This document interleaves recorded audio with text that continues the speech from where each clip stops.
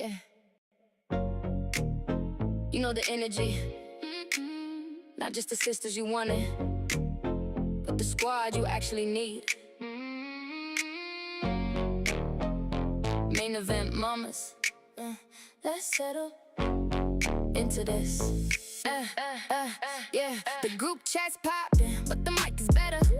Built-in squad, yeah, we stick together. Sisters by choice, best friends by design. We're holding the space, yeah, we're feeling fine.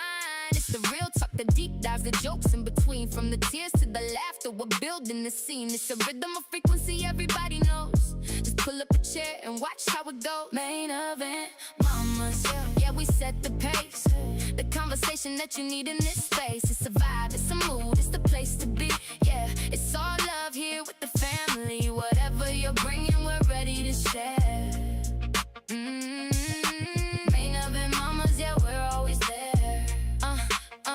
Talking wrestling moves, talking pop culture trends, relationships, secrets, where the drama ends. Hit midnight confessions if you're holding it tight, or catch midday with the mamas to make it alright. We're bringing the show to you, yeah, we live and we breathe. If you want us to visit with the ones that you need, whether we're popping up live or we're coming to your town, we're the only ones holding it down. Fill out the form, let's make it real. Live or remote, let's see how you feel. It's the mamas. Yeah, it's a vibe. Main event mamas.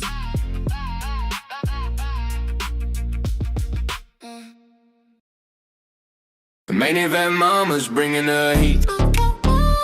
Talking life, love, and the wrestling beat. Step in the ring where the real ones meet. Mic in hand. Yeah, we on repeat. Yeah. Tag team champs of the everyday grind. Body slammed out, leave them behind. From the school runs to the grocery lines. Still got time to drop these rhymes. Late night chats over spilled tea. Wrestling moves in reality. Balance it all like it's destiny. Mama life is the legacy. Main event mamas, we run this show.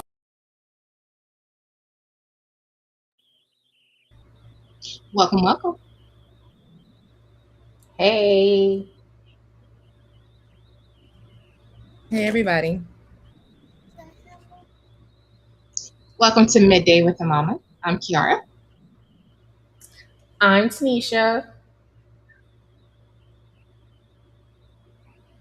I'm Kevlin. And you're now entering the sister chat. Hey. You know, if you couldn't get enough of us last night, you sure get us again. See? Yeah, just a little bit, Not enough sleep for this, but we're back to talk all things wrestling. So well, not just that, but if you hung out with us yesterday, then you got into some deep conversations. And then today, I feel like we need to have some lighter ones. And so we're going to dive into some Love Island. Just give y'all the rundown. Because, of course, that's all everybody's talking about, and we're no different for the next week or a few days because it ends on Sunday. And then we're going to get into all things WWE and NXT. And then I say we sign off for a fantastic weekend. What do you think? Sounds great. Would it? Good. All right. If you're just now joining us, as a reminder, you want to hit that subscribe button so you know when we go live, because inevitably, y'all know we don't tell y'all. We just like to pop up. And so if you are subscribing to our YouTube, our Patreon, our socials in general, then you might get a little heads up that we're going live. And if not, you catch us. Right now, we are streaming on Hi Dalton. We are streaming on TikTok, on YouTube, on X, on Facebook, and Twitch. So that's where you want to follow us to know when we go live. For sure. All right. So we got to talk about Family Day, y'all. We do. It almost reminds me of college Family Day, where everybody shows up and then you show them your friends and you're like, hi, do you like my friends? I like my friends. Except it seemed like the darker version on Love Island last night. But you can tell me if you thought I'm saying that wrong, because it definitely felt real dark.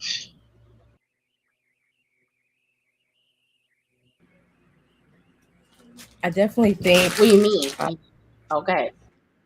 No, I was gonna say most of it was pretty lighthearted, I think, until we got to Sincere and Melanie. Yeah, I could say that. I mean, I can't say that they built it up yesterday in a real and important way. It very much was like very cutesy, delightful. And again, that's what like usually our family days at college were about, right? Like, I miss you. I love you. You're right. Until we got to Melanie and Sincere and a little bit of Casey and TT, but we're going to get into that. But it definitely felt like this last few days in the villa, we wrapping up things, we putting couples together for real, for fake, for situations, for non-situations. We're locking it as down as we can before they get back to the mainland, is what it feels like to me. And so I want to take a minute because I'm telling y'all, I think we got to start with Sincere. I feel like we got to start with Sincere and Melanie because I feel like I could talk about that all day and all night. Because I feel like every chat room, every thread I have been on, Melanie, you in danger, girl. I mean, I think you might want to stay at the island at this point because you may not want to move back to the mainland. But shout out to Sincere's father. You know what I'm saying? Shout out to a father to correct you and let you know that you was in the complete and utter wrong. So I have to ask y'all, what do you think about the family interaction with Melanie and Sincere? And I want to know if you agreed with their perspective or if you had different ones. I mean, I think I like well, you said, do I agree with their perspective? I mean, what I will say is I definitely can appreciate that Sincere's dad said something and didn't make it seem like it was okay for what he was doing, and also sitting here saying, I ain't raised you that way either. So, get your life together. Because ultimately, like, you can tell that he knows that if this was outside, Melanie would have not even gave him a second thought, a question, or a concept of that.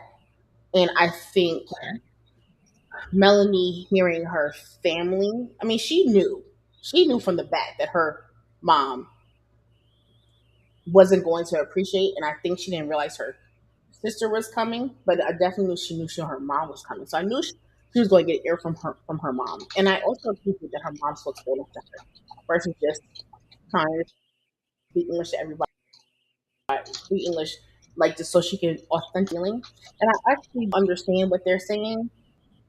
But I also, as they were talking about it, I was like, I get it, but this has only been a couple of weeks. This is not like, it's been months, it's been a year, and he continued to mess up. Yes, and I think that's where I feel like people also forgot the game. Like, the game is just for you to find love, but you have to explore your connections. Now, how he went about exploring his connections was a little messed up.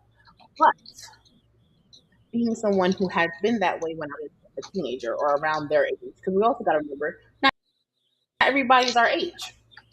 Everybody's like early 20s, late 20s. We got a couple that's like, a third year or here or there, but they're all young. So going into this, watching this and seeing that, it was just like, I hear them. And you're right. You should be upset that your sister was crying on national television looking like a fool. You should be upset with the person that she's choosing to stick behind, because when her sister was like, nah, we got things to talk about, and I ain't going to hold it back on you because I'm going to tell you what it is. Sincere had no choice but to sit in it, because ultimately, these people are watching you treat their family member a certain way. And they're watching their family member be 10 tones down. Yeah, she explored a little bit, but she didn't do really too much that was disrespectful to y'all connection. Now, granted, we can go back and forth and be like, technically, when you kiss somebody else outside your connection, technically, I guess that could be a little disrespectful. But she never went above and beyond how Sincere was, like telling them, like, oh, if we had more time, it would be you, or you know, beloved, like saying the same things he was telling Melanie and telling them, especially Soul, especially that, and watching that, it was like, were you only thinking with your other part? And that's what led you to be where you are? And then your brain was like, fast forward, let's not do that? Or, I don't know. But I will say, to go back to the question, to answer the question, I think their family members had every right to come and tell her to leave him alone. I think they had every right saying, this is only a couple of weeks and he's already showed you what's going on. So why would you think he would change out here? But like I said, I do truly appreciate that. His father definitely, I would have wanted him to let in him more. I felt like if they were outside of the villa, I think his dad would have like really, probably smacked him beside his head, yelled, like, something of that nature, because you could tell genuinely he's like, this is not how I raised you. And this is not how I treat. Because you could tell he had a ring on his finger, so I'm assuming he's married. So you could tell that's not how I treat my wife. And I can't assume that his wife is his mom or whoever, but this is not how I raised you, and I didn't raise you to be this person. And even his brother was like, sir, you messing up. So I do appreciate that with his family, because, not all family members co-sign in a way of telling you that you're wrong. Sorry, I was really passionate. Me. No, I get it. And I feel like it takes a real one to correct their child on national television. Like, no, I'm not condoning it. No, we're not going to pretend like everything is okay. You know what I'm saying? No, we're not going to act as if any of this was something that I would allow in my own household or even allow myself to do. He even sat there and said, I wouldn't even allow someone who basically rocks like you or acts like you to sit at my table. That says a lot with that being your child. And so with that being said, I appreciate the fact that he stood 10 toes down for what should have happened. And he didn't condone the behavior. And I think that made Sincere have to really not only just sit in it, but he had to really look in the mirror like, okay, not only did I mess up, but I embarrassed my family. I embarrassed my dad. You know what I'm saying? That matters a whole lot more, I think, than just the connection. And so with that being said, I do think that definitely had a toll on him. I definitely agree with you. I personally really enjoyed that his father corrected him. I thought that was really important, because I can only imagine what his family's going through on social media at home, right? Like, if I was part of that family, I think I would not be on social media. I would be like, I'm going to kill Sincere when he get home. I mean, it sounded like he was married to Sincere's mother, because he said, like, you lucky your mama ain't here, basically. And he said he wasn't planning on coming. So I was like, somebody would have had to come. You know what I mean? And then when he said they saw Melanie crying on TV, he just knew. He knew it had to be him. And I thought that showed strength. And I also think it also showed Melanie's family, like I hear y'all. Like, I see this and I like co-sign your feelings about this. What I didn't necessarily get, and I said maybe it's just our family, I feel like, but I feel like if we were in that situation, there would not be no good graces of hello. There would be no hugging. Like, it'd be like, hold up, we need to talk. Like, it would not be hug. We can hug after we have the conversation, but we certainly cannot hug at the beginning, knowing what I know, what I've seen. And as I keep saying, Melanie's going to have to like go home and watch all these episodes. Like, she's going to be held accountable for things she doesn't even know has happened yet.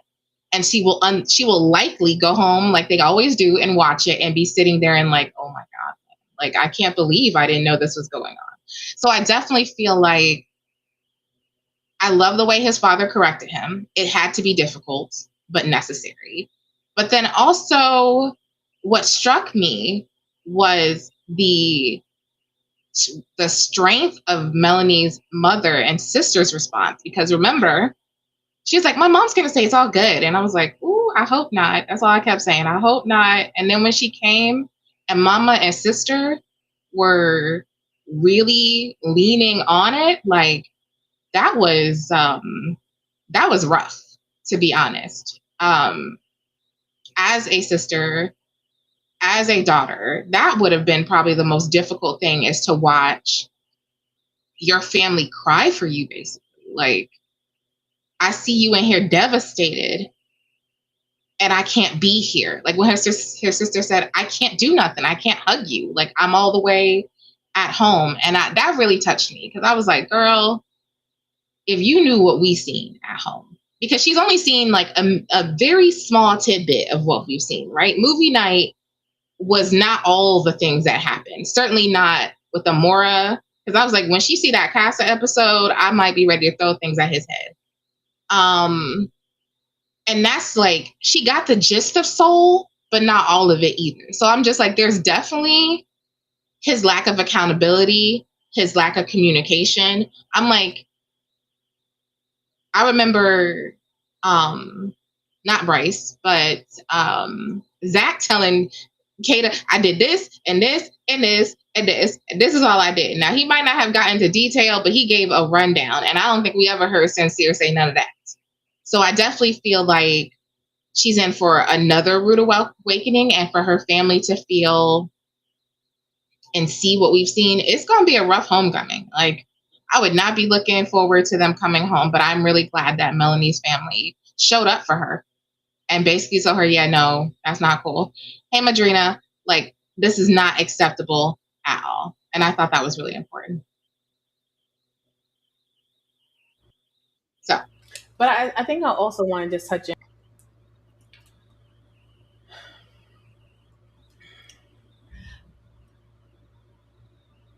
I lost my whole thought. I was like, I was thinking it while you was talking about it. I think it was more so like, yeah, I think you said something about like how we were raised. I mean, we weren't raised to be rude, but I also realized, I think the sister, somebody did not hug Sincere. They just looked at him like, don't touch me. That was the sister. And the mom also was like, I'm going to hug you, but I'm not going to hug you. Like, it was like, it still wasn't like a thing. And I think, and I also can respect Melody when she went to hug his family. She didn't. She just like, hi, how are you? Like, you know, like trying to like fill it out. Uh-huh. And I think I also appreciated that his father also directed to Melody, our family, seeing what he's been doing. And we are actually rooting for you.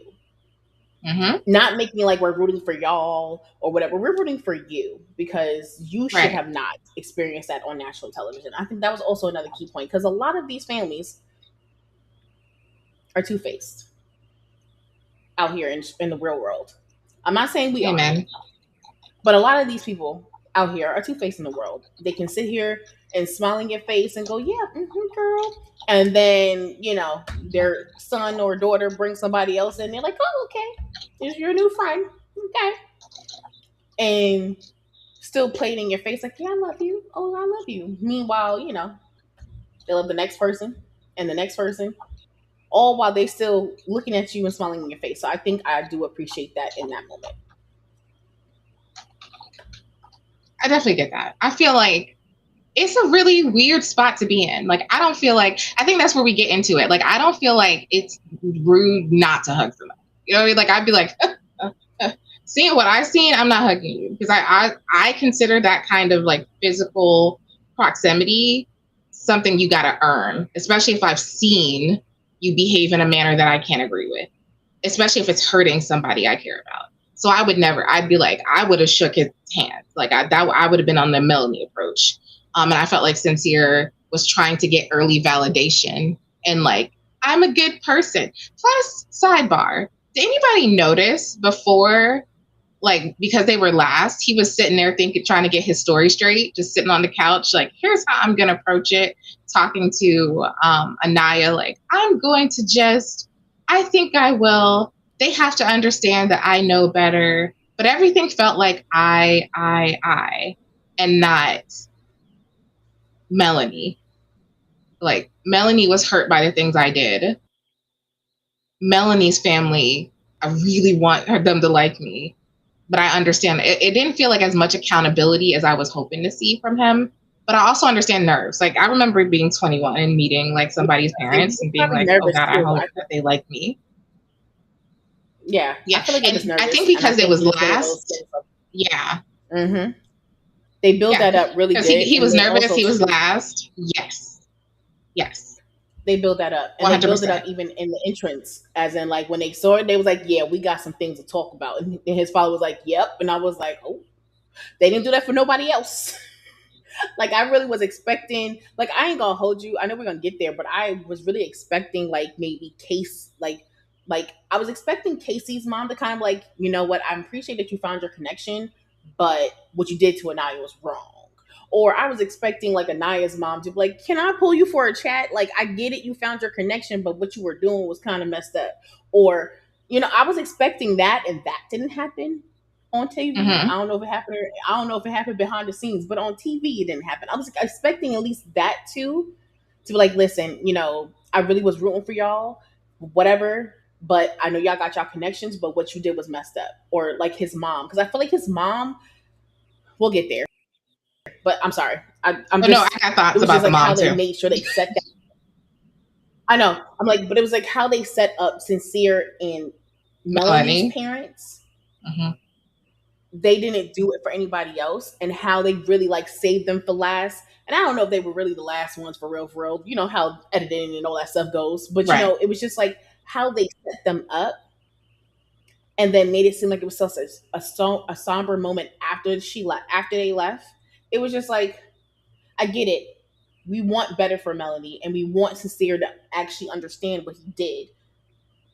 But I the key point is too, I felt like what we're also missing is that this is a show that edit things to make things whatever they are, because that was the one thing that Anaya and Trinity kept saying.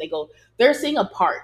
They don't see what we see. And what we see, yeah, he messed up. We're not saying he didn't mess up. But what we see is something completely different where we think they can't get past it. And I think that's another key point that I just wanted to put that out there and remember that we're actually watching a show. They edit it. It's real, but it's still a show. You got to edit things to make people want to watch it, to make people want to go, what? You know what I'm saying? So we also don't know the ins and the outs that actually are happening on a day-to-day basis. We don't. You know, but anyway, I'm sorry. No, but I'm done. No, I hear that. And I also want to point out, because this is the one thing I always talk about when I watch plenty reality shows. Yes, they can edit it how they edit it, but they didn't make it up.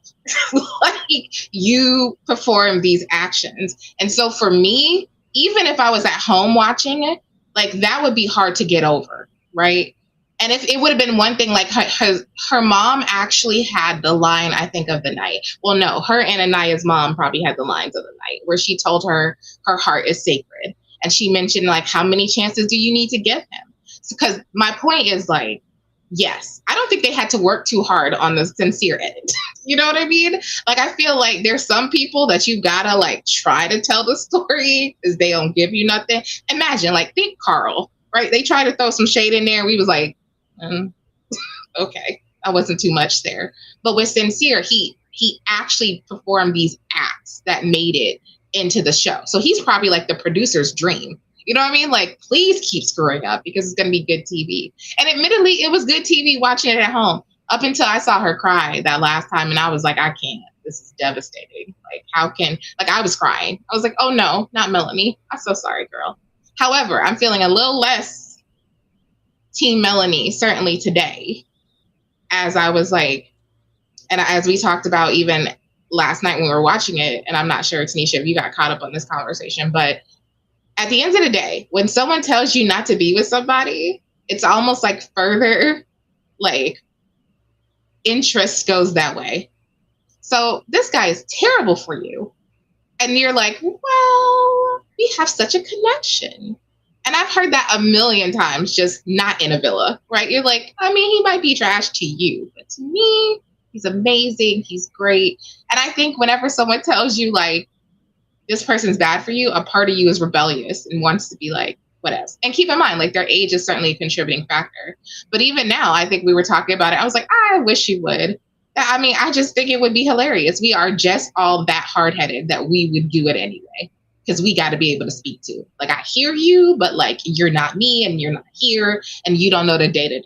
So that is true, that we don't know what happens on a day-to-day basis. But what did happen, happened. And to me, that's really hard. That's hard to get over. Because there's a part to say that maybe we don't even know how bad it got with Melanie. Like, maybe production kept some of that on the ground. Like, we don't know if she was crying all night and like she was out on the floor at Soul Ties and just was, we don't know how bad it really got. And there's a lot of things we don't know. But at the end of the day, if you perform those acts, it's really easy to put that kind of story together versus if you give them nothing.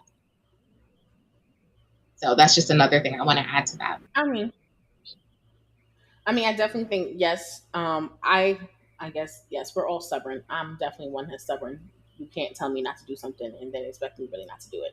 But I also understood what she was saying.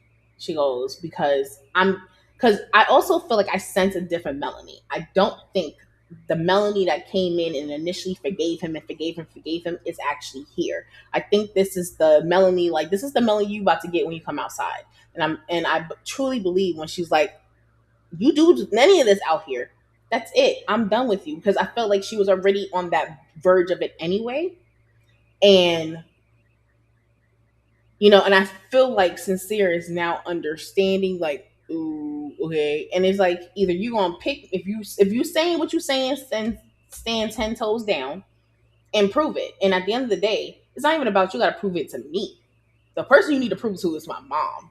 Because my mom, that's, you can tell her that's her lifeline.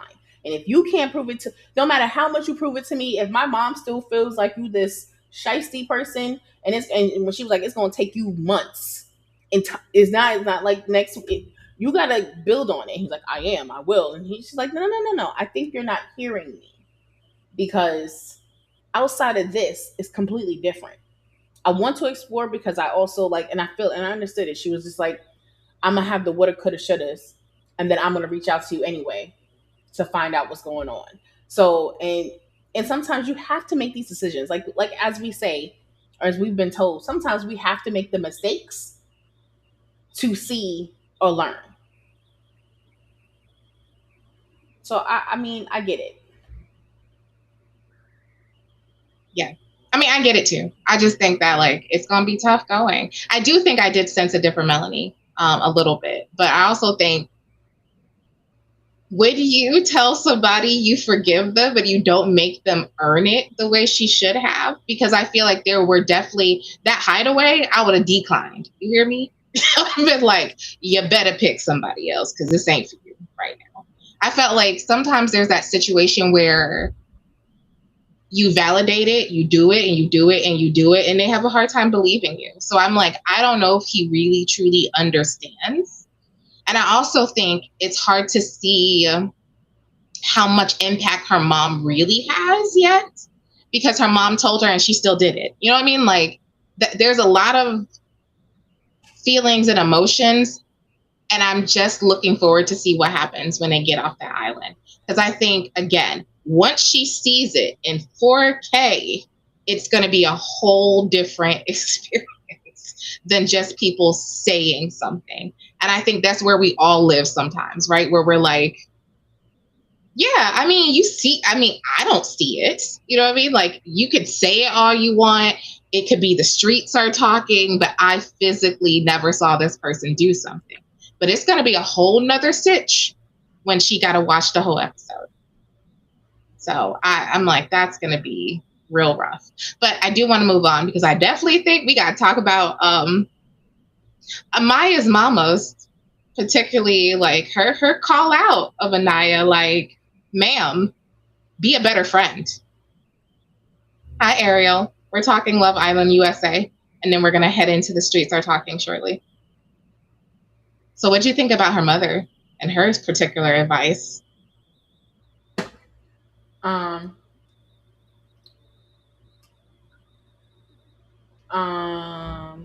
I think for her mom, I appreciate it. Because they're also like, I'm watching. Like, hey, stop trying to like, you know. So I appreciate that because they also watching her like play both sides of I'm friends with Sincere and I'm friends with Melanie. And they're just like, right, cut it, tell it like it is. But like I said earlier, I wish they also would have said something to her sooner, you know, regarding KC, because she also. Oh, that's fair. That's fair. You know what I'm saying? Like, because it seems like y'all completely forgot that she was in another connection and she was devastated. Now, granted, yes, I understand that we like Carl. I feel like Carl. You know, we'll get into that. Carl's mom is gorgeous. But I just feel like, yes, she found the person, but I think we should also be like, hey, that KC situation. You know, like that kind of touched on it, like, when you didn't pick Carl, I was like, ugh, you should have went into it. Why? What were you seeing that she wasn't seeing? So then she can understand how she did make the right. So she can understand that she did make the right decision. Or like, you know, like she's happy that, you know, not just looking, because she was like, if you saw me, then it would be like, well, we did see you. And I was like, okay, so then y'all should have. And we were really like, especially when you pulled her to the side and just like had that conversation. Hey, we saw how you were acting with KC. And to be fair, you know, you should have let him explore. You know, because now you can't tell her that she need to be honest with Melanie, but now you're also not being honest with her on TV about how she should have explored. Let KC explore his options instead of being the pick me, I'm the princess. I know that was, fair. You understand what I'm saying? That was fair. And we also got like people on TikTok. TikTok is we got a comment. They did. Sorry. Oh, can you see it? I can't see it. I can. Yeah. Tell us what's happening in TikTok. Oh, it's Mother Thunderclap. Hey, welcome back. Welcome back. Okay. So she said she had a question. So do we talk about TNA over here? We do. Well, kinda. I don't know if we're gonna talk about it today. So not today. But stay tuned. Not today. But stay tuned for wrestling after this. And then she did say, I feel like KC's mom didn't want to discipline him in front of America. You know what? We'll get to that. But she should have, because I was reading her whole energy. It was just like, girl, initially I thought that was TT's mom until I realized, no, that's KC's mom. And I was like, wow. You want to say something. No, you know why? Because I like glanced at it real quick. So I heard them say it. But because of how she was looking, I was like, oh, you look angry. Are you going to snap? Because I need you to snap. Are you going to snap? You're not going to snap? No? So that's why I thought it was TT's mom, because technically, you know, like I wanted more from that segment. So that is, me too. Me too. No, we can get to it. We definitely can. Oh, but she also said, I feel like his dad did enough for TV standard. He did.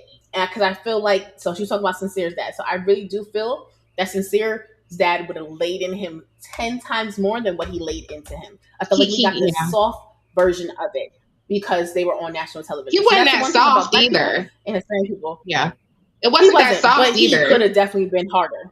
Yeah, I would have been scared. He could have been a little, like, you knew, like, I'm like, because Sincere sat there like, wait. So it's like, so yes. But yeah, we can, yeah. But definitely we can. Sincere looked like he's gonna be messed up when he get home. Like I was like, when he get home, I'm scared for him to see his mama. You know what I'm saying? I'm scared to see his mama. I'm about to say too. I was like his mom. I was like, Dad came instead of your mom, because I was expecting your mom to come. But you know what? It's all good. Dad came. Listen. But yeah, we could if you're ready to talk about Casey. Yeah, we can move on. I just wanted to tell you that we have Gunther. She's in the comments. Welcome back. No, for real. Like it's that was a moment for me, as I kept thinking. I do want to go back to the one thing about Casey real quick. We can do Casey and Tiara, and then we'll move on Well, actually, first, there's so much to talk about here, too. Jeez. Okay. Because I definitely want to move on. All right. So y'all tell me what you want to talk about next so we can move on to wrestling. Because there's a lot go there. So you tell me, because I'm like, this has a lot to unpack about Love Island and Family Guy. Because, like, you said, Carl's mama was gorgeous. Like, I was like, geez, fam. Kind of genes are those? It's amazing. And I ain't gonna hold you. Carl knitted on the nose. I think when she sees Anaya and the fact that she goes, she wants Olympic. I said, yeah, your mom definitely has high standards for her grandchildren, and she's like, she is the one who's going to do it. Which I'm happy that they are exploring that connection, and they're not being like picking and choosing if they're going to be boyfriend and girlfriend. And I'm not going to hold you. I do appreciate that Anaya does feel comfortable enough to want to make out with him and kiss with him, but I also wonder if she's doing that too because she felt like she didn't do it with KC. I mean, first of all, Carl's hot. Whatever. Okay, Carl is hot.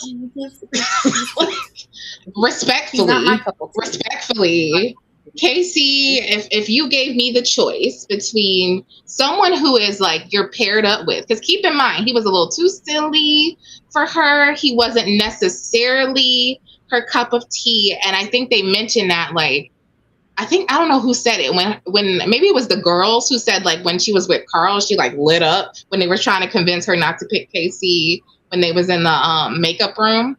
And they're like, look at the way you're with Carl. Like, you weren't doing none of that with Casey. And she's like, I think I'm going to pick Casey. And we were like, stop. Because we were watching Casa. But I definitely feel like there was something to her attraction to Carl. Because even remember when they just kissed in the little, like, that cute little area. I forget what it's called. But you know what I mean? The one with the bench and the whatever. And they were like, I was like, oh, I remember looking at that being like, well, that was spicy. I don't see that is not a thing Casey got. Okay. He did not get spicy, Anaya. So I was like, I think there was something to say that maybe he didn't bring that energy out of her too. So, but also we did see that after his Casa shenanigans. So hard to say. Hard to say what chicken or egg came from. Yeah, I think that it was more or less her understanding that she did not put forth that energy with Casey. And then after Casa, she was like, you know what? Bump it. I'm going for it. She's like, forget it. I'm going for it. Carl's back. It's on. Like, and she did. And you have seen her do like a complete 180. Like, the way she dresses, the way she gets, wow, right? Wears to bed, like the energy she has for him is completely different. And I think it's honestly because he played in her face, and she was like, you know what, you about to watch this. Then, but also I feel like Carl earned it. Like Carl was like, listen, revenge is like what he said to her was the sweetest thing ever. Period. Like revenge might be sweeter, but this girl's even sweeter. Like. He definitely was sweet on her in general, and I agree with everything you both said. Like, it's hard to know, okay, chicken or egg, but I'm sorry. If you gave me the toss-up, can I have a grown-up or can I would have went for the grown, because the way he holds her is totally different.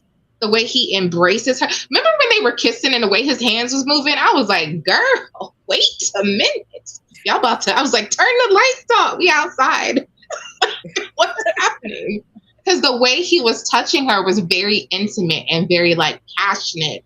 So even though he had a very chill personality, you could tell he still has that kind of like masculine, forgive me of the word, energy. Right. So I was like, nah, I would have, that would have been me. I ain't gonna hold you up. But like, yep, yay.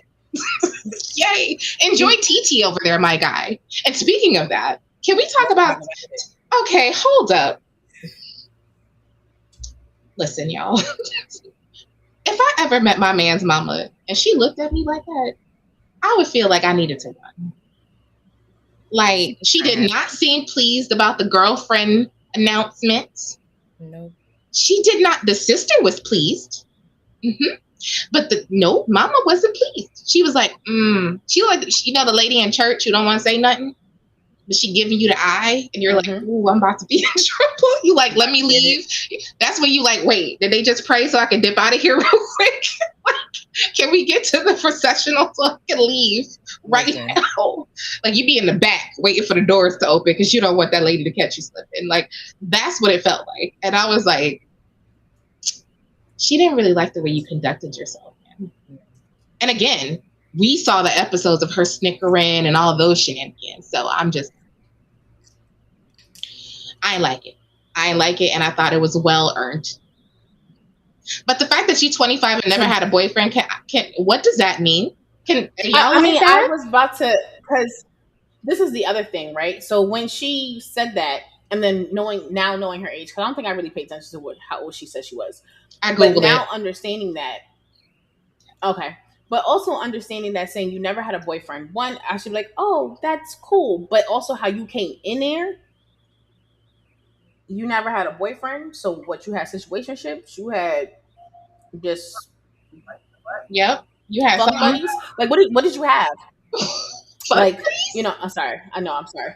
But no, because remember how she came in there? She was like, that's my man. I'm gonna do this. I'm gonna get him here because that's what he missing, right? He missing, like, you know, like it was just like how her energy was. So yeah, to me as a mom, watching that and knowing that you came in here purposely to get him by doing things that he wasn't getting from somebody else, I am gonna look at you sideways because now it's like, listen, my son fell for the trap. Who are you exactly? My son fell for the trap. Exactly, my son fell for the trap. Now you talk about you never had no boyfriend. Why? Why haven't you never had a boyfriend? Was it your choice never to have a boyfriend, or was the people never wanting to make you their boyfriend? And now I'm also questioning, well, are you making her your girlfriend because she does light you up, or she does make you feel good? Or is it because it was that sexual attraction that attracted you first? And now, you know, this is what you want to hold on to because she made you feel good. Maybe. That's my thing, because I definitely, as a mom, I don't know if I would have held it, or I would have pulled him to the side. I'm not about to talk to you in front of your sister. I'm going to talk to you by yourself and tell you about how you handled something that was incorrect because you had a good girl. You had somebody who seemed like that they cared. Now, granted, yes, she was a little possessive. She should have got that together. But you were being a thirst bot, trying to explore thinking that you can explore everything that was coming in. And the moment the person threw something at you, you grabbed it. Well, see, he didn't. To be fair, he really didn't do too much exploring. And I think he just didn't feel chosen. So when it came, you know, I'm just saying, so when Casa came in, they chose before. Like, here's who I'm going for. And so I think his desire to be chosen was more important than maybe anything. And devil's advocate here, if he didn't have that energy with Anaya, if he had just told her that, it would have been better off in the long run. I'm like, you should. The only thing I would have I would have said a lot about his words in Casa, but I also feel like he apologized for that.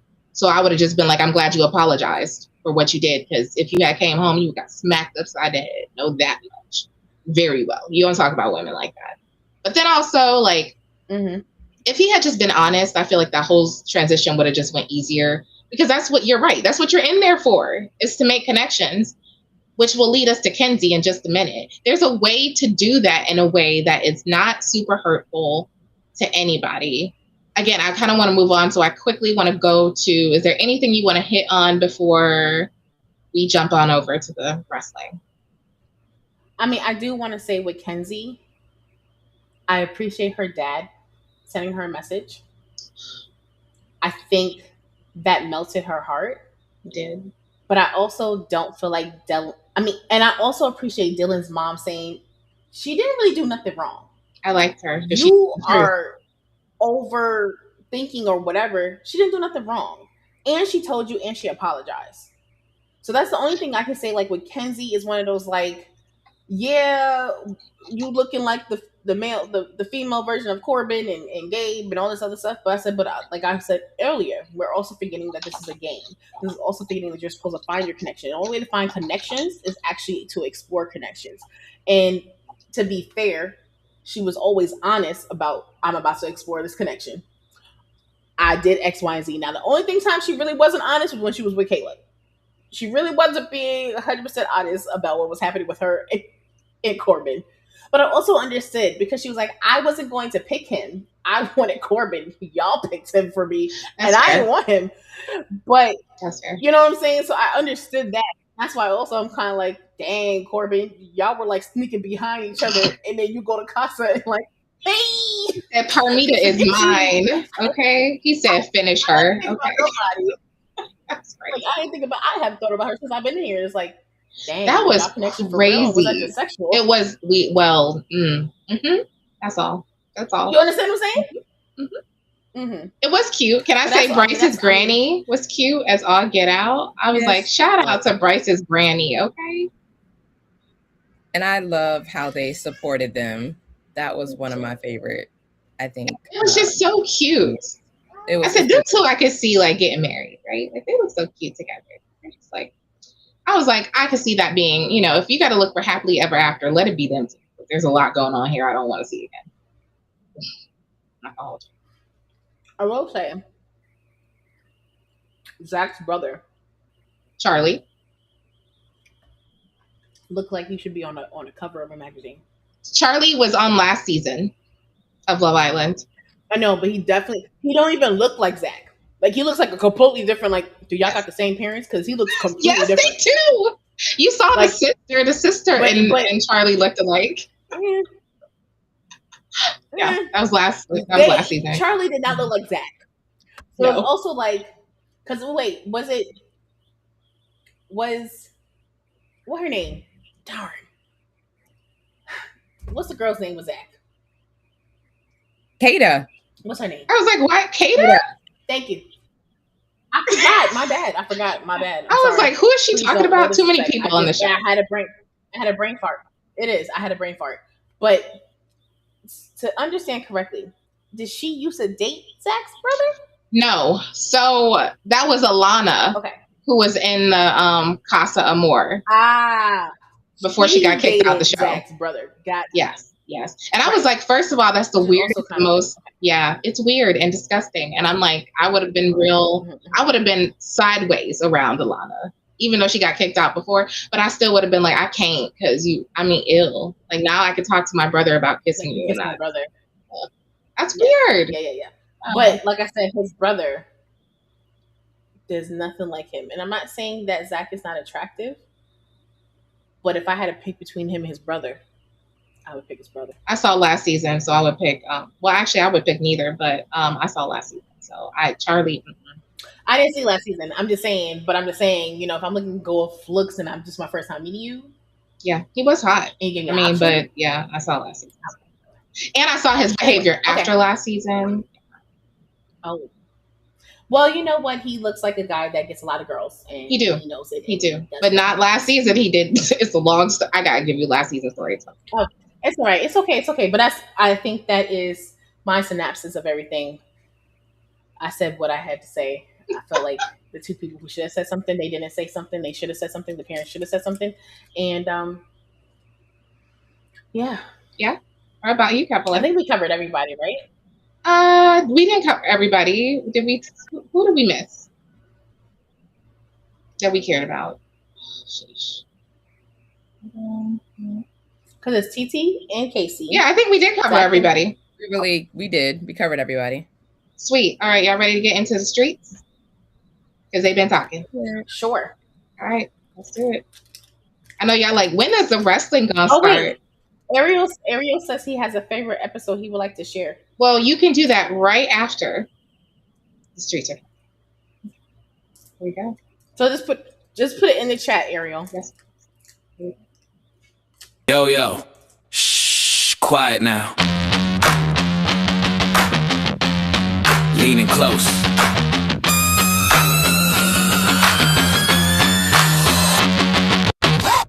The streets are talking loud and clear.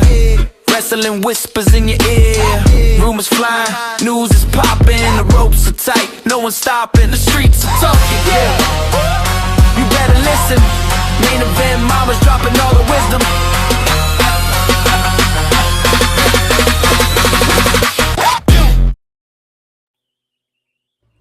Okay, well, listen. The streets had a lot to say. But all right, I want to make sure we ain't miss nothing in the chat before we move on. Where we at? No? Did you miss anything in the chat? Nothing in the chat? Okay. Cool. Here we go. So much to talk about happened this week. Let me see. Where do we start? I think the first place I want to start is very intentional. At first, I put it as last, but I think I want to talk about it first. Because a lot of y'all are finding out who we are from our video on the rumors between Jey Uso and Jaida Parker. And I want to remind you of a couple things. Nowhere in that video were we disrespectful to Jey or to Jaida. So the news that Jey's wife officially filed for divorce was still sad. Okay? Like, life happens, relationships start and they end. I got no drama, no shade, no energy for Jey, for supposedly Jaida, for his soon-to-be currently estranged, soon-to-be possibly ex-wife. Like, leave them people alone, okay? I just want to say that. We can. It's fine to be like, this is a news item, and TMZ did the most, the big one ever, to say all that. But like all these fake accounts, y'all doing too much. We already know. We knew they was pretty much over, and some of y'all been acting crazy in our YouTube comments. So I just want y'all to know, like, leave these people alone. It's still a family going through change. It's a transition. It's not an easy one for anyone, whether you've been separated for 2, 3, 4 years or 15 minutes. It is a very difficult thing to manage. So can we just give these people some grace?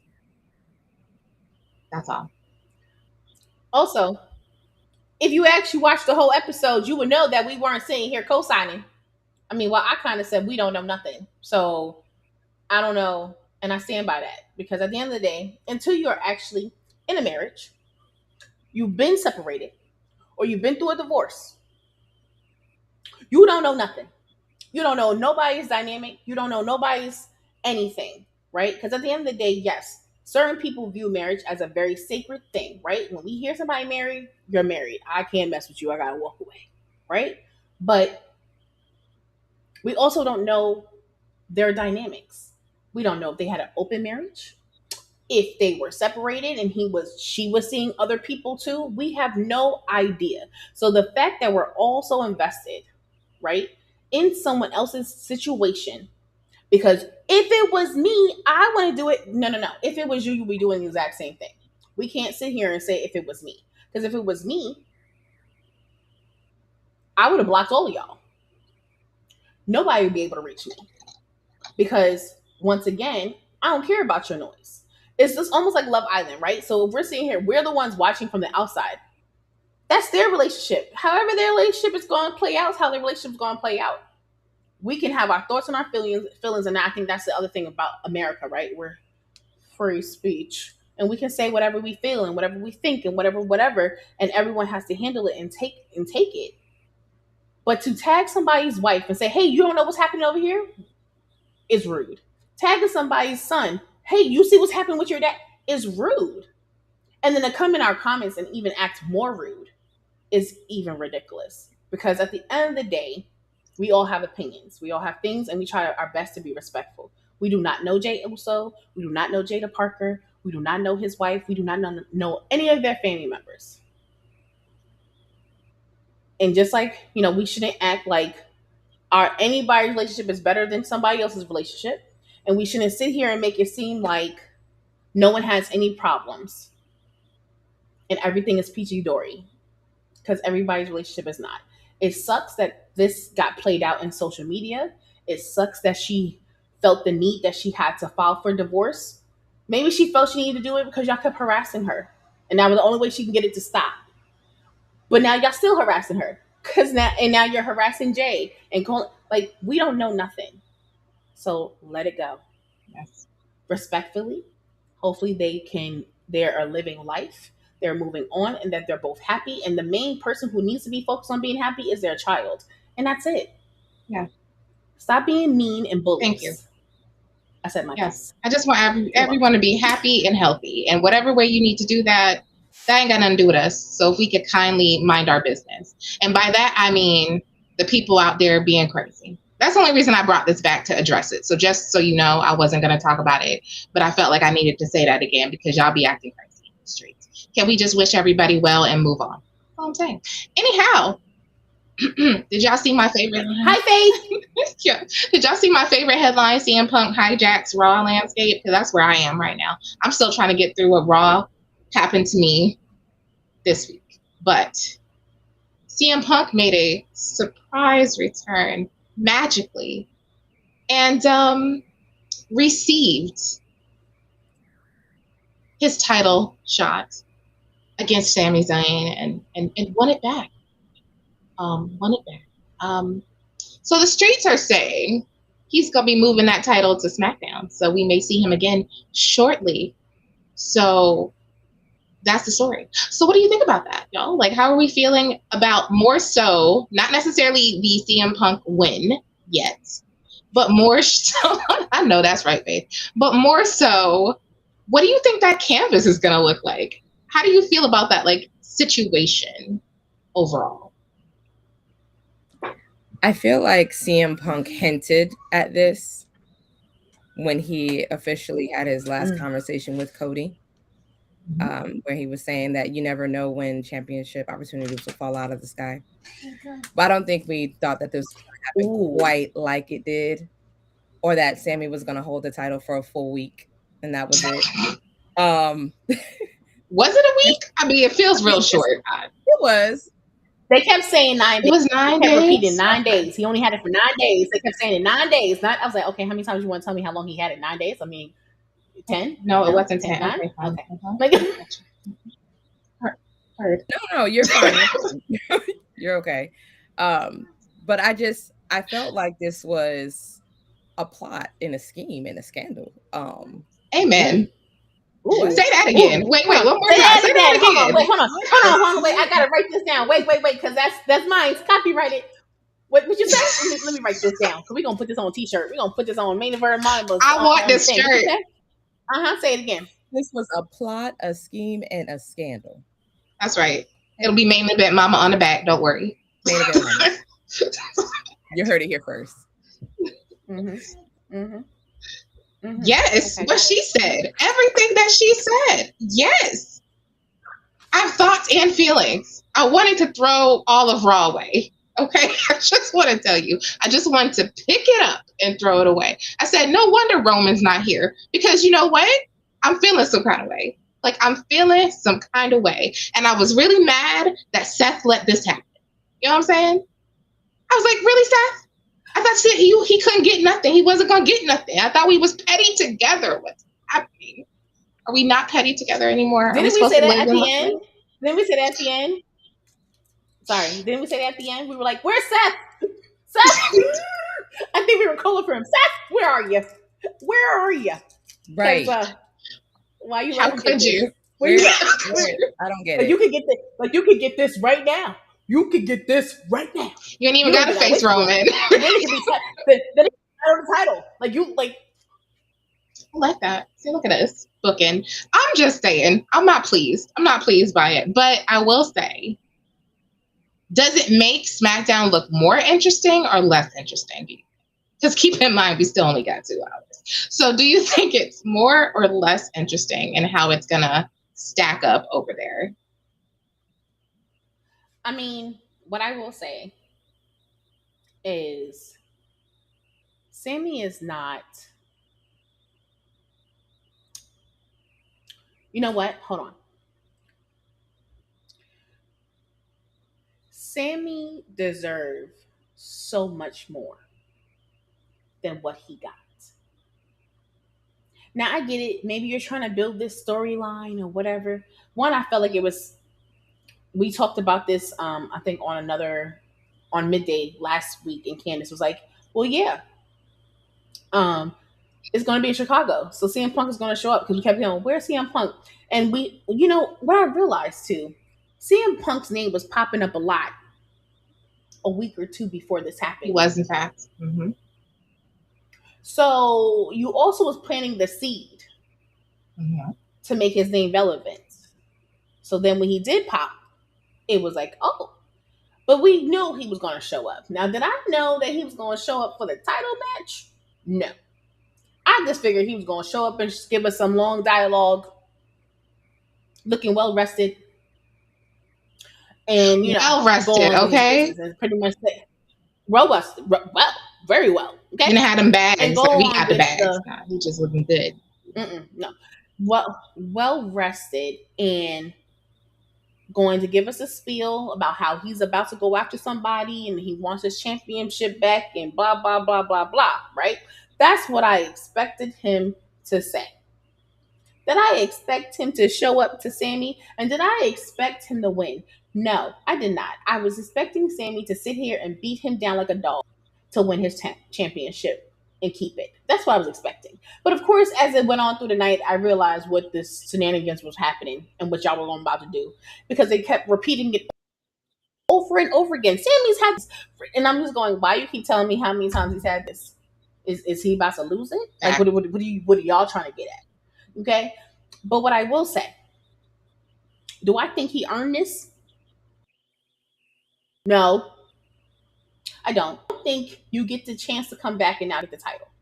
I don't think you get to come back and take it off of Sami, who has worked his behind, and we've watched his story. Because if anybody got a real story about trying to go after this championship, it is definitely Sami, and it has been eluded. Like, his story is 10 times better than Cody trying to redeem his father's story. Okay?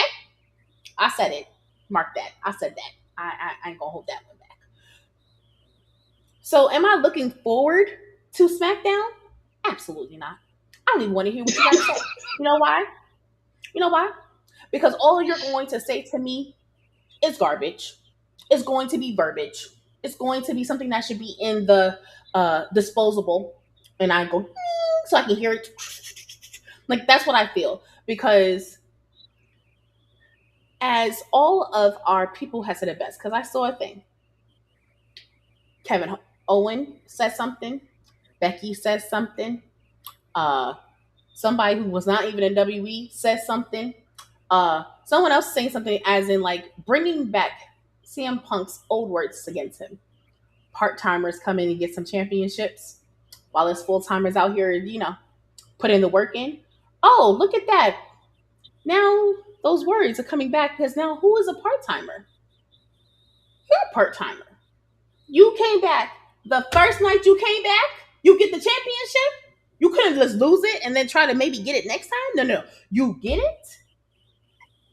And then, like, ooh, I know y'all mad. Yeah, we mad. We didn't want you here. I'm just saying. It's a word over here. I ain't gonna hold you. I'd rather your wife back, okay? And her going after something, because at least that would shake it up a little bit more. I'd rather your wife come back and be like, all right, who I'm going after next. Like, that's what I expected. That's who I wanted to come back. That's who I expected to show up. Because to me, if it wasn't for Roman and y'all promo, and then Seth being petty, I probably wouldn't care. I'm not saying you're not a great wrestler, and I'm not saying that you are this terrible person. So let me put that out there. But to be fair, we already know what it is. Roman and Seth said it was okay for you to come back. You felt away. You feel away. Okay, cool. Now you're back, right? Are they about to give it back to Cody? Because if they do, I'm going to riot too. Because we need to start rotating these titles between two people. I am crashing all the way out because, I got feeling, and I didn't think I had this much thoughts and feelings about it. But the fact that Sami, I think it's because I watched Sami's story, and I didn't think I was invested in Sami like that. But to watch his story, to watch him join the bloodline, to be accepted, to watch him turn on Roman, to go after the title, to have one of the greatest matches I've ever seen him have, to lose, do it again, and then lose. Like, be right there at the cusp, and then lose. And then we give it to him in Saudi Arabia. Now, granted, no one expected that, so that was great. Actually, no, I predicted it. I predicted he was going to get. But, and then 9 days? 9? You couldn't give him a month. And don't get me started on it's coming. It's coming. Okay? It's coming. Don't worry. Okay. I'm okay. But I'm gonna beg down. I'm gonna eat my now later so I can calm down because I'm really hyped. Okay. Consider this the moment where we pass the the collection plate, if you will. This is your moment to hit that subscribe on Patreon, where you can donate to the cause, because we want to keep her covered in Starburst so that we can be calm today, because I just want to take the moment as you are out here and you just support the cause that is Tanisha today. Okay. That was just not okay. Anyway. Oof, wow. You was on one today. Don't apologize, because same. Same. I don't even know. We'll get back to that later. That was excellent. Like, I don't, just throw the mic down. Okay, I got nothing. All right, so let's talk about the things that is TKO in WWE. So Survivor Series location, where is it going? Does anyone know where Survivor Series is Don't headed? tell me it's going to Saudi Arabia. Well, currently it's up in the air. In case you're wondering. You know that thing that happens in a few months? Just up in the air. And internal pitches to take the event international officially. That's right, I did. Keep her covered in Starburst. I said that. And so internationally, the situation fell through. There was a heavy push for the city of Boston, but they couldn't come to an agreement. So right now, they're still trying to figure out where it's going to be. And they're running out of time, because we were supposed to have it before SummerSlam. So they only have a couple more weeks to figure out where. Wait, no. But they need to announce it before SummerSlam in August. So we got about 2 weeks. Okay. 2 weeks for them to figure out where Survivor Series is going to be. She said, here we go. That's where it's going to be, according to her. And you know what? I ain't going to bet against Faith. She got a good energy about these things. So really, if it's in Riyadh, like, I just want to give up. Like, I'm just going to start watching something else, because at this point, I'm tired of my events happening at 10 o'clock, 9 o'clock in the morning. That's just not efficient for my life. I don't want to watch wrestling that early. I want it to be a nice high event, get my popcorn, get my energy together. I can go to bed after. Like, nah. We just sitting here in the middle of the day when I could be out enjoying the sun. I don't. All right, I got another one for you. How do you think the ticket sales are doing for SummerSlam? I would suggest that they probably Nothing. That's why they brought CM Punk in.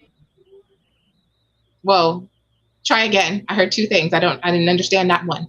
Try again. I would say that they're probably not doing so hot. And I said, no, they're not. That's why they brought CM Punk. Mm-hmm. Yeah. We missed you too, Faith. I just wanted to. We're so happy to see you that you hung with us today. We saw your invite. You will be coming back. Don't worry. We saw it. Anyhow. Well, apparently, ticket numbers are sluggish, if you will. They've sold about 22,000 for night 1 and 21,000 for night 2. And even a 25% promotional discount hasn't really changed things. I think we can admit, I told you, I'm about to tell you right now. You could run back the tape. Go ahead. Tanisha's going to go get the numbers and the ticket prices like she do every time. But I feel like we've discussed this repeatedly. Greed will only get you so many places. And the fans are not pleased. And so are we willing to spend this money for 2 nights of SummerSlam? Whatever night Roman's on is the one I want to go. That would be it. The other one I'd be like, So I feel like they're going to end up doing what they did last time, which is that 2-for-1 special, or add another event after, like a Monday Night Raw or something, because it's a hot mess. All right, Tanisha, our correspondent in the Ticketmaster situation. What you got? You're welcome.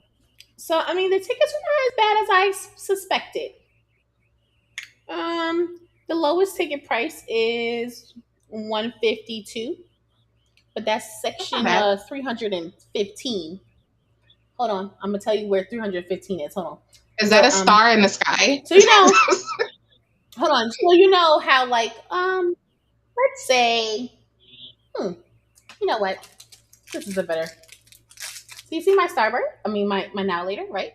Mm-hmm. Okay. So we're going to place it down here so you can't see it, right? And 315 is up here as you look down to the keyboard. That's 152. So now if you want to be up close. You mean if I want to see the ring? Which is still not that bad. Be by ringside. Oh, never mind. I take that back. That's $8,081.25. That is for It's out. What? It's $8,081.25, and that is for section A8, row 3, in seat number 4. That is a floor seat. Okay.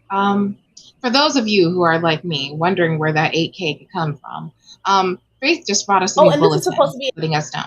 This is a 2-day combo. Oh, it's a 2-day, so that's for both nights. So you basically paying 4 G's for each night.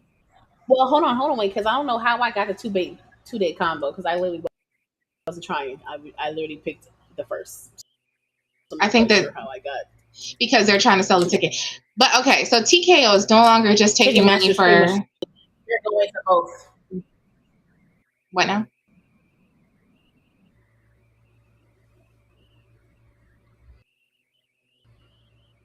Nothing? Nope. Oh, and the event starts out.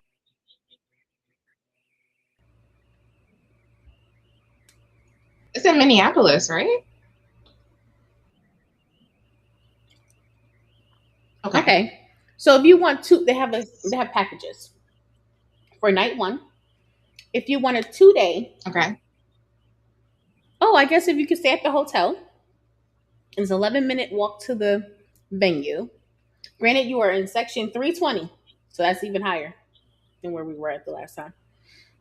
It's $572. Okay. They're not letting me just pick one ticket. Yo, so they make you really buy packages. They don't like I don't even. Yeah, they're not even letting you pick a ticket by itself. Yeah, that's funny. So that's funny, and I think it speaks to what we were just talking about. So as we just said, Faith, our special correspondent, let us know they're no longer just taking money for ticket purchases. They've now opened other methods of payment, such as your firstborn, a kidney in any condition, your puppy, and your soul. And all of that's too expensive. Just want to tell y'all that. I mean, I ain't going to hold you. Even with Carlana Afterpay, you can't even get that much money on those things. They cap you. They cap you at a certain space. They don't even let you go over a certain amount of money to even try. So we can't even get, if we did Klarna, we couldn't even get on the first row, is what you're saying. Oh, absolutely not. Yeah. Okay. Well, we got a follow-up from Faith. They also accept lap dances for executives, free service exchange, such as a stylist and makeup artist services, and freely joining the Kiss They Butt Club. Fair. Not sure I want to apply to any of those services, but understood. Okay. I feel like that taught us a thing. So I think as we've all come to reality check, I think they're having a hard time moving tickets, and I think we know why. I wonder what they're going to do about it, though. Is CM Punk the answer? Because he definitely was last time, if you remember. Yeah, but they also had to bring Roman back. Yeah. So CM Punk was not the answer by himself. Right. It's a hot mess, really. It's just, I don't know what they're going to do to be able to move them tickets, except maybe move it somewhere else. Because I remember when SummerSlam being 2 nights was exciting. Now I'm just like, I'm not sure I can. What you gonna do for those 2 nights? Exciting. It was exciting because I remember it happened. I think it wasn't the first time. It happened in New York, and actually, we were supposed to be in Vegas, and we didn't go, so we could have went. But either way, And the tickets prices at that time still wasn't that crazy. I think to be No. like close, I think it was like $300 or something like that. It was like, it wasn't nothing crazy. It was like, I think that was like $300 for two days. I think it was. It wasn't even nothing crazy. But I think at that time they also build the stories to make it exciting for 2 nights. I think they're too busy trying to. If they were telling the stories correctly, then 2 nights of an event would make sense, right? Yeah. Just like when they did WrestleMania for 2 nights, those stories that were built up correctly. And also, I feel like the 2 nights started because of the pandemic, if I'm wrong, to try to like limit how many people were in the space. I don't think so. I think WrestleMania was 2 nights. No, the WrestleMania, it started with WrestleMania being 2 nights, and then they decided SummerSlam would be 2 nights too. And there was a lot of push and pull, like, why do we need 2 nights of SummerSlam? But they realized WrestleMania paid more, they made more money on WrestleMania for 2 nights and decided SummerSlam would be their second attempt at that. Hot mess.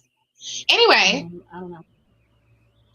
Let's wrap up the Streets Are Talking and get into Monday Night Raw, I say, because I feel like we discussed some of these things, but I wanna lean in on a few things here. So let's take it back to what had happened with Cody, actually. And Nick Aldis and all those shenanigans, actually. So in one night, Cody is attacked by Gunther. I don't know if his head was slammed in the door, in the car door. I'm not even sure. But Gunther took a nice break before he slammed his head into the door when he was arguing with Adam Pearce, I believe. Now, we haven't talked NXT yet, Faith. That's coming right after this. And so I'm like, a lot happened with Cody in particular. So, of course, Cody is no longer able to wrestle, and that's how we end up with the CM Punk of it all. Sammy's very upset, obviously, because now he's facing CM Punk. But what I will tell you is that match is fire. I mean, you can say what you want to say, but Sami is fantastic. Like, I thought we was going to get a title run for a little longer. I was hoping it'd be like 3, 4, 5 weeks. Like, I was hoping we would get it until SummerSlam. So why couldn't this have waited until SummerSlam? I want to know what you think. Why couldn't this have waited to SummerSlam? Because maybe they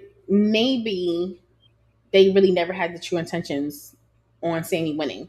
Maybe this was like one of those flops, like when Thea, what's her name, won the championship, and they were like, Oh, with Thea, okay, yeah. What to do here? Maybe that was a mistake. Yeah, that was a mistake. That was a mistake, but maybe Cody was supposed to kick out and he forgot.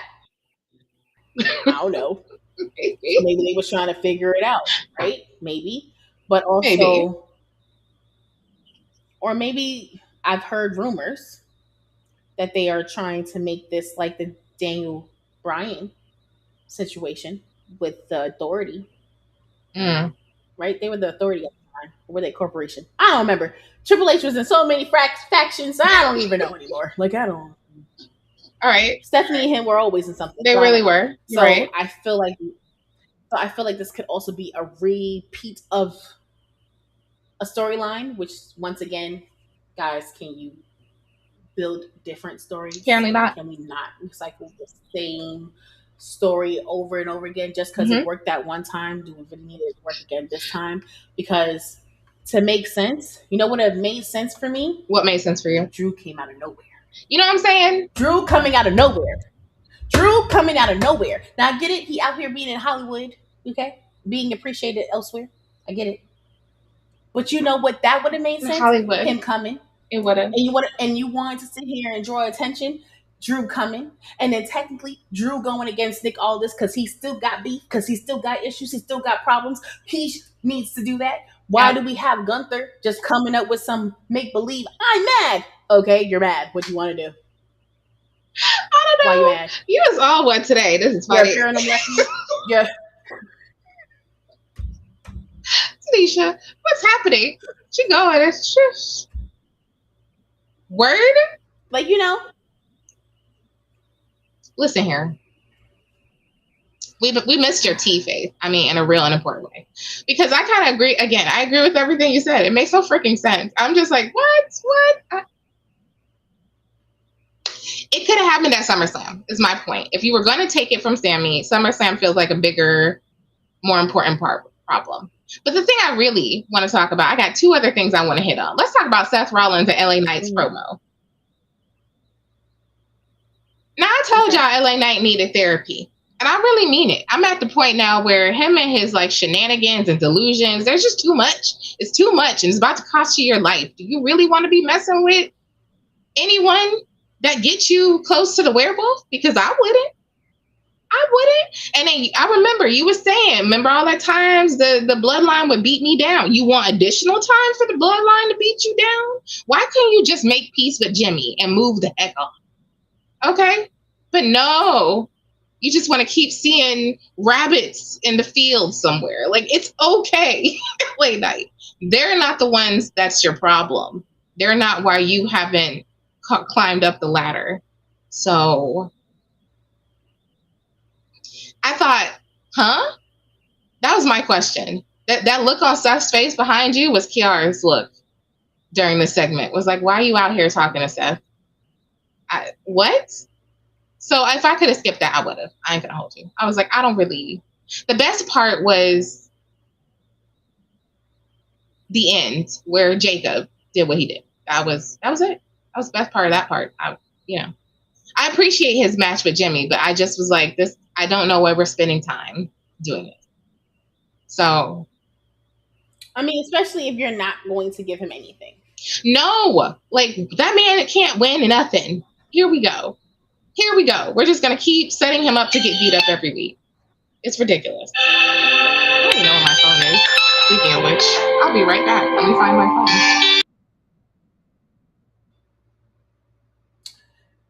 So, yeah. Oh, hey, John. Oh, you said, okay, so wait, hold on, wait. Okay, Faith, I know we kind of didn't, let's go. Let's see.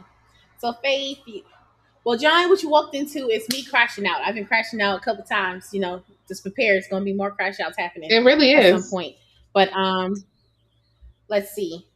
So Faith says Sami was originally set to lose at that Saturday night main event. Well, you know what? I would have been okay with that. You know why? Because at least he would have had it more than 9 days. Facts. Why are we here at 9 days? And to be fair, I don't know if I really still been okay with it because it's depending on who you lost to. You may saw me crash out another time, but to 9 days, another time, crazy.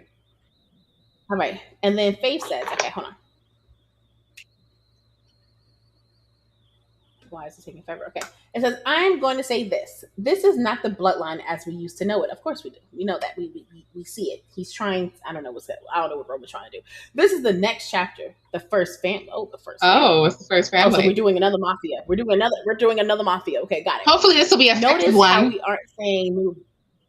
Notice we haven't been seeing new bloodline merch. Okay. I mean, I ain't gonna hold you. I haven't actually been looking for no new bloodline merch because I actually didn't really buy the last bloodline merch, but one shirt. That was only when Roman was in the middle and everybody else was around him, and it said bloodline. But that's the only way you buy it for real. I didn't really. None of the merch spoke to me as in like. I don't. You said none of the merch spoke to you, girl. Hmm. She said none of the merch spoke to her. Ariel says they have a feeling that Sami will take the title back by cashing in the Money in the Bank contract. That would be good. I forgot we got Money in the Bank, but that would be good. But who knows? That's in October.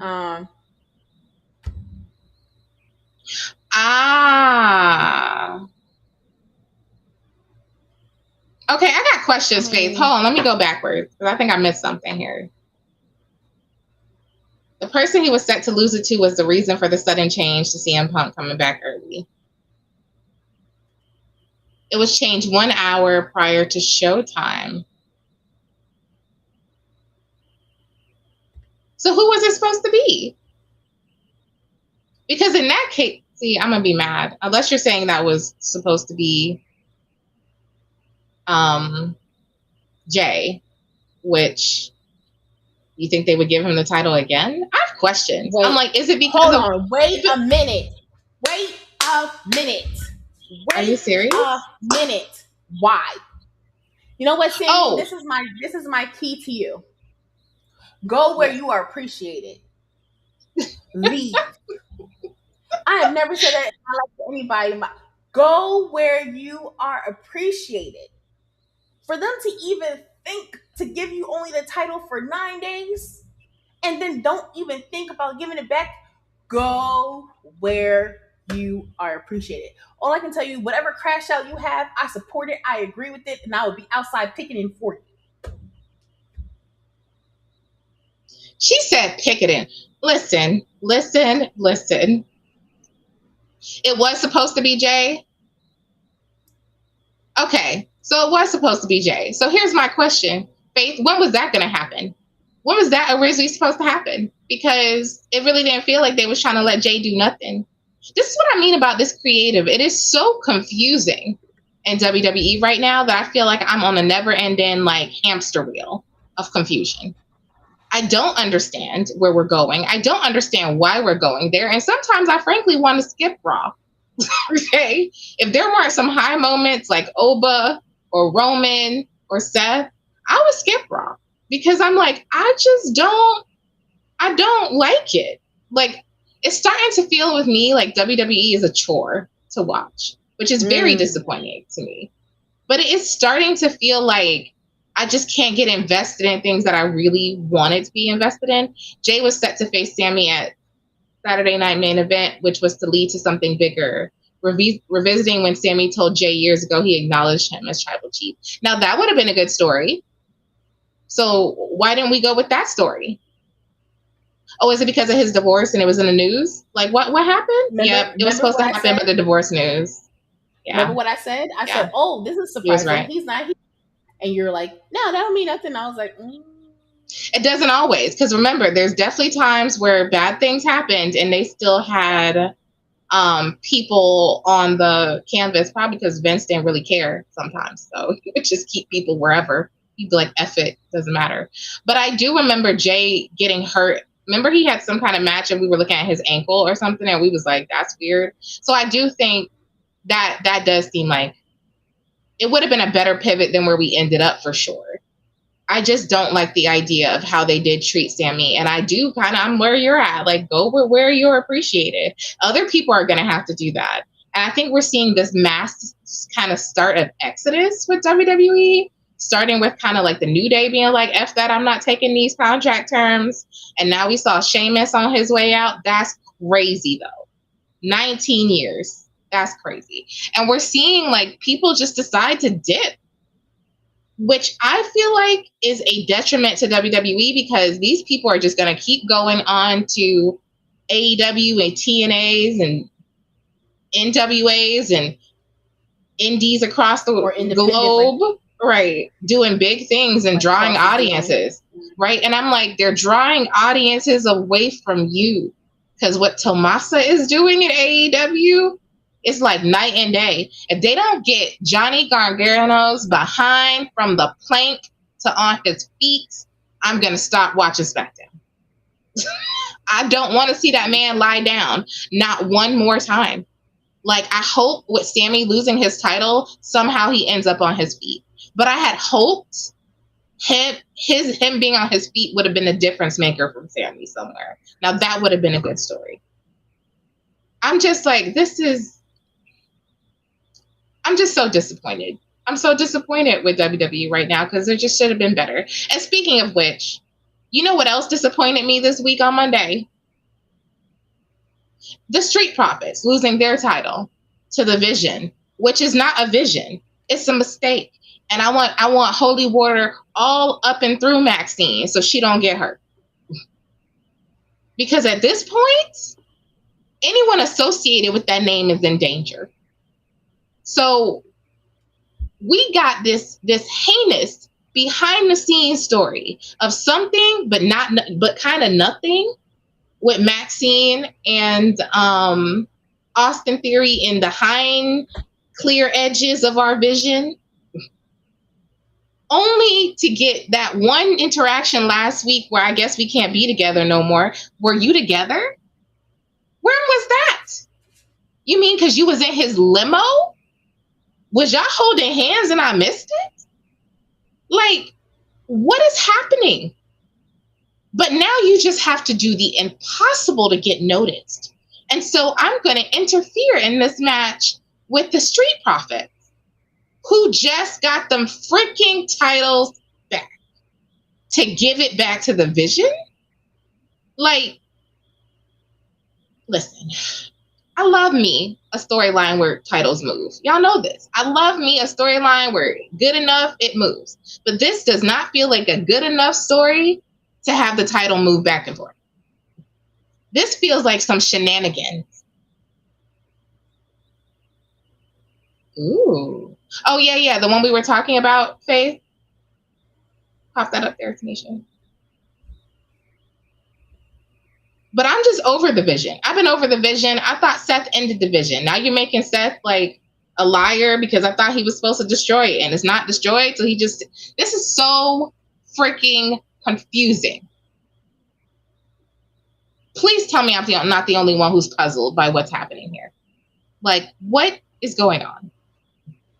Go ahead. Is that Zilla who we were waiting on? You can tell me, Faith. I know I'm just saying it out loud, but you can tell me. Because he did, and he is in a performance center. I do know that. But I heard he was staying in NXT for a minute before he going anywhere. That's what I heard anyway. What I will say, I'm trying not to get too passionate about this.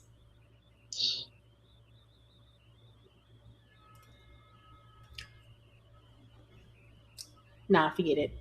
So, what is the point of having Seth and Montez squash their beef? Right? Because he's so got to, tear this Vision down, tear down something that he created.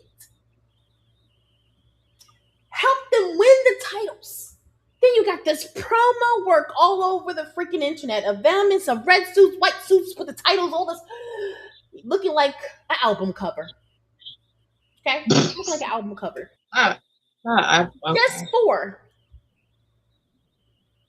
Just for them to go up against the Vision, Braun Breaker and Austin Theory and Logan Paul out there injured and being a valet all of a sudden. Okay? To lose it. Because Maxine decided to go in there and low blow. First off, you took advantage. Because wait till Bianca drops that baby. You wait. You just wait. Because she coming for you. Okay? She's coming all the way for you. Because she don't play about her man anyway, anytime, any day. That's true. And if you didn't notice what she did to Zelina when she was trying to talk smack about run that tape back. Go back on YouTube. Go watch that because that was classic television. Okay? But for you to end up, Seth, where were you? Where did you come? Where did you go? You just let them... You did your job. You got the title because now all of a sudden now you're going after Roman, which in fairness, that storyline's over too. That's like how many times you're gonna bring up that I betrayed you? Oh, you never beat me. Oh, that sir, you also needed help. You needed help a couple times too to beat him. You beat him last time because Paul decided to change on his friends. And look what happened. Paul backstabbed you. And where is Becky? Where's Becky at? Sitting here talking all this smack. That's my hot husband. That's my hot husband. You're gonna get what you deserve. Da-da-da-da. Where's she at? Where's she at? Running around. Still soaking because she lost the Intercontinental Championship? Girl, go after the US Championship. Like, what are we doing? What are we doing? Why give it to them if you're going to take it away to give it back to the people that we don't care about, that should have been broken up? Just like the Judgment Day. I'd rather, you know what, to be fair, I'd rather you give it back to Judgment Day. Because at least they tag team. At least, they got something going on over there. Okay? I'd rather you did that. Because at this point, Paul doesn't even want to mess with Division Day, with Division, whoever they are. I guess that's what Paul does not even want to mess with them. Paul is nowhere around. He's just, I'm done with you. I have to. Bye-bye. See you later. Adios. Even your article, the wise man, whatever you want to call him, ain't even there for you. To be fair, he just goes to the newest, hottest thing. That's him. That's real. Him. That's real. That is real. But at the same time, that's him. He don't care about y'all. So you thought getting the championship was going to make him care? He said y'all didn't even do the work. He was more impressed with Maxine, and all she did was do a low blow. Then y'all proceeded to get he was. He was. And the only person that he gave kudos to was not none of them.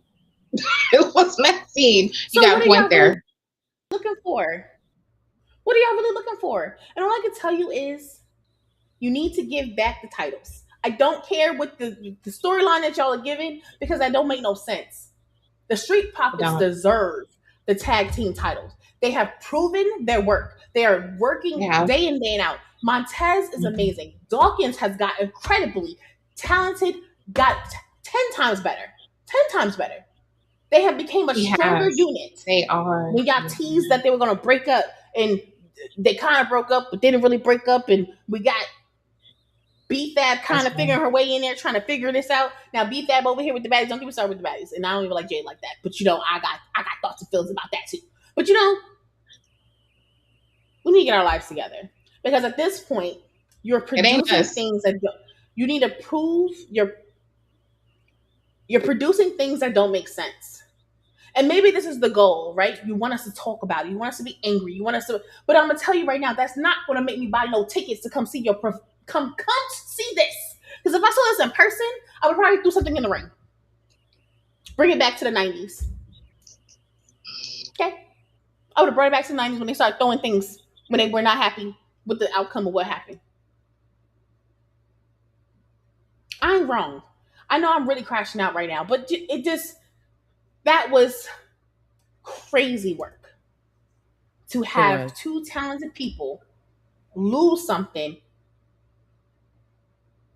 when the whole point of Seth beating Braun was to break up the division, and they still ain't broke up. They still ain't break up. Make it make sense. This is not evolution. This is not DX. This is make it make sense. Okay, go ahead, Sissy. What were you about to say?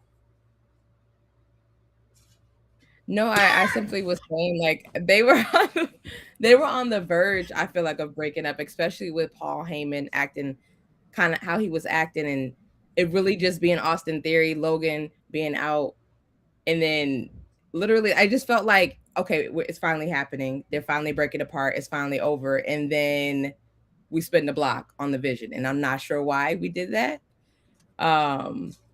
It doesn't make much sense. I don't believe that the Street Profits deserve to lose. I feel like they've definitely put in the work to stay champions. And so I'm interested to see what happens from here because they got to run that back. They have to. They have to. You have no choice. And you better give it back and let them actually have a good run. Because what y'all did to the New Day was BS. Because we could have definitely saw the New Day going against Street Profits, and that would have gave us classic television. Classic television. This is not giving us classic television. This is giving us basura. Okay? That's what it's giving. You done got her in Spanish. Where did we go? What's going on? I was only gone for a second. I was fixing the light. I'm sorry. We are not buying the Starburst factory. We are not doing that. Listen, I feel you. It's a lot, and none of us are happy. You should have seen us on Monday. I was just like, is that it? Is this over? Throw it in the trash. Like, I was so upset. So I didn't get a chance to catch up on AEW this week, but will, because clearly I need some joy in my life. This is not making me happy. And according to my sources, there was much joy to be had on Dynamite, because WWE is failing me. It's failing the city. It's failing my world. I am just how did we end up here? It feels like almost like you in Twilight Zone. You know what I'm saying? Like it's like night and day from where I thought we were going to be with WWE. And now we're just on the struggle bus as they keep doing whatever. However, I do suggest you pick up AAA because that is enjoyable. That's enjoyable, at least. All right. Last but not least, it's time to talk NXT briefly. A couple things happened that I do want to touch on because Natty and her crew is something up in here. They did not get fired, Ariel. They left. I just want to clarify that rumor. But Natty, Peta, Carmen, Petrovich, and also shout out to Layla Diggs because, oh my God, girl, she rocked her number one contenders match this week, looking like the biggest star ever. Like, you about to have me rewatch LFG because, ma'am, I love her song. I just love her energy. I am a fan. So right here, Layla, if you want to come visit the mamas, we are so open to a visit from Miss Diggs because we're huge fans over here. I mean, that song is like living rent-free in my head. So you are welcome. Now the rest of your faction, you can bring Mama Natty. No. You can bring her. No, you can't. No. I guess. I mean, no. I know. It's because of what she did to Jaida. It's Jaida, and I would take Layla because I feel like Layla, you on the cuff. You trying to like, I can't go against my sister over here, but I gotta, I'm the new girl, so I kind of gotta fit in. But WWE, make this happen because we reached out to y'all multiple times to reach out for some, and you have let people go to random places that don't make no sense.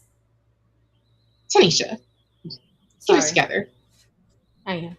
We support all of our fellow podcast community, ma'am. Anyway, we do. So, but still. Yes. Nonetheless, I mean, I feel like NXT was pretty good this week. And that's one of the things I do appreciate. I enjoyed Saquon Sugars, because your name I got to get right, sir. I'm so impressed. I was impressed by what he did with Dark State previously, but Saquon Sugars, okay? Y'all gonna remember that name because his promo was flawless this week. It was flawless. And I was like, what he said.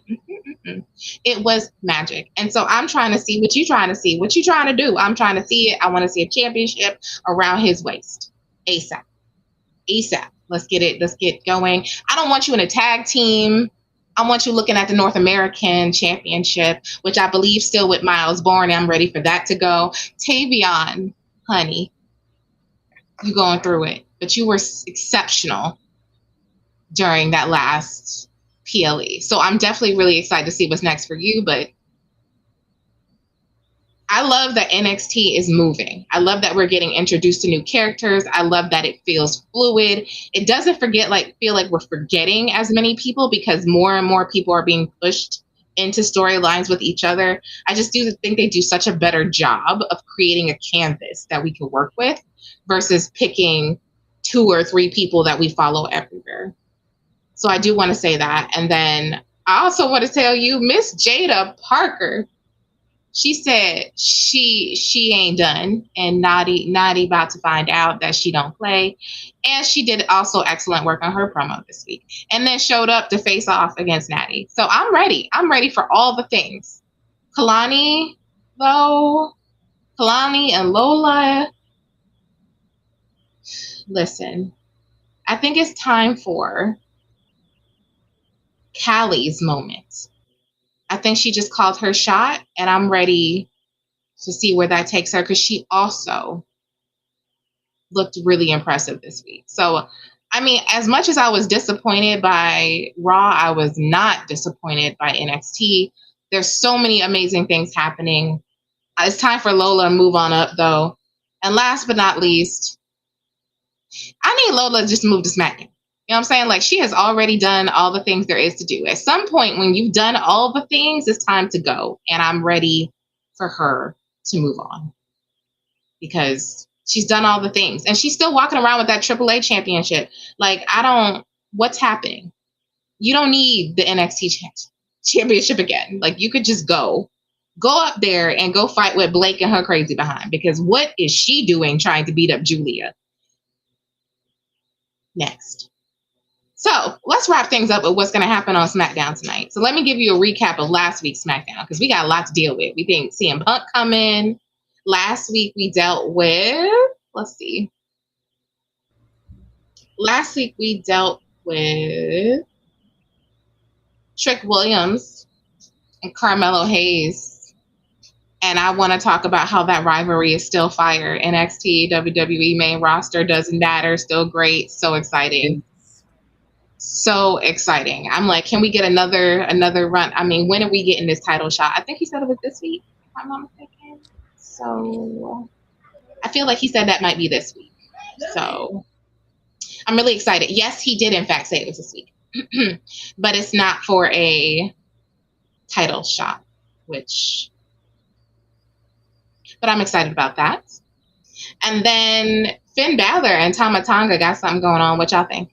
What y'all think is happening tonight with them? What do you want to see with the match with Carmelo and Trick? I'd love to know that too. I want Carmelo to win. Amen. Just saying. I want him to throw a little Yachty in the trash. You know Please. what? Oh, wow. He go home. I didn't expect that one. I was like, I mean, I will sit here and say that I love to see to be honest, I actually don't want Trick and Carmelo to be rivals. I think they would be a good tag team. They used to be. Exactly. So that's what I'm saying. I think let me put it this way. If we can't keep the same stuff that was happening at NXT, right? Because Oba has not faced not one of any of these people from NXT. Okay? I don't remember seeing him face. That's because he been beat them all. Exactly. Been beat them all. Like, because didn't Trick go against Ricky, and I'm like, he beat you too. I'm not understanding what happened, but you know, I feel like he did. I feel like at this point, but I think Ricky beat Trick. Didn't he pin him for the title? He did, and then he got the title back. Oh no, Oba got the title back. You know what? Listen, there's so many beefs that could be happening up in here, and I feel I feel like they're on the cuffs of like, I think you're still my friend, my brother. Like, I'm trying, but you know what? Nah, I want that because that was mine, and now you got it, and you didn't beat me for it. So, before or after he smacked him across the face? Well, you know, I would say probably before. I saw that coming. Like, you didn't even need to come off mute. She said, "Yep." She said, "Yep." I saw that straight through and through. Y'all know I can't read lips. The way he slapped that man, I said, "Oh, them fighting words." Okay, stay out of. I'm like, we ain't gonna be friends. You know what I'm saying? Stay out of grown folks' business. Listen, I'm sorry, they ain't gonna be friends right now. And I'm glad for it because they tried that at first. Like, I think they came together when Carmelo came back down to NXT to help Trick. But I don't want that. Not yet. Like, later, sure. But I still feel like they have a lot to bring. They have a lot to bring to the singles division because Carmelo has gotten so good. Like, he was really good. He was him before, but now he's like, it's really like taking it to a new level. And I love what Trick does, and I'm really excited for what they continue to do together. Now, a part of me looking at the Street Profits thing wonders, is this a moment for Tez to step out and him and Dawkins just decide to do their own thing without having like an official breakup? Because I could be okay with that.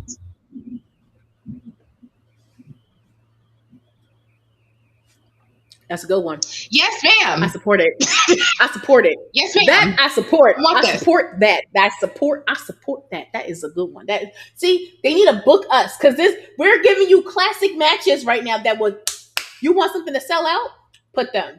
But you know why? Because I'm gonna pay for that. I'm gonna pay for that. I don't even gotta be on SmackDown. You're gonna get something that's gonna tear the house down. You're gonna get something that tears that house down. Yes, I agree with Y'all you. missed it because now all I think about is that what's that? The ladders match with the street profits and the motor city Yes, guns and the facts. Like y'all missed the mark. they did. That match was Whoever you guys got in the magical. writing room or whoever is talking in y'all ears is missing the mark. Because if you want classic television, you want people to be in your seats and want to watch your program all the time. No question, no nothing. Because I'm get it. You do got your devoted fans. You got people that's going to watch you till the cows come home and to whenever. Okay. But you're also losing the true consumers of your product. The true consumers of your product, you are losing. And the fact that you don't seem to care makes it even more obvious that you are so blinded by what can you do right now versus trying to build certain things. Because if Paul Heyman said it best on the last Unreal, WrestleMania was already planned a year ahead of time. You already knew where you're going, and now you don't know where you're going. You kind of like, if anything, the fact that Paul is showing so much disinterest in the vision, to me also makes me think, is he on his way out? Because he just doesn't seem like he doesn't have that passion, unless that's just, him playing it out for the TV. But watching him from ECW, watching him when he came in and being with CM Punk, being with Brock Lesnar, being with Roman, doing all these different things, he was always trying to be there. And he had really great storytelling skills. And if I got to go back to ECW, when Sandman hurt his eye and he was like, you can't come outside. You can't take nobody nowhere. We need to make them believe that you actually can't see.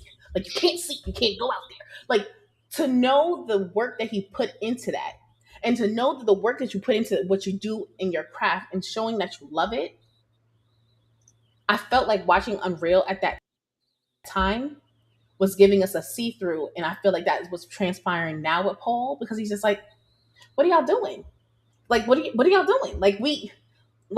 We have so many things that we could be doing. You're supposed to already know what's supposed to happen. We shouldn't be sitting here trying to figure out where we're going to have something and what storyline's going to do it. Like, it feels like it's an everyday thing that they're like, oh, we're going to go with this storyline.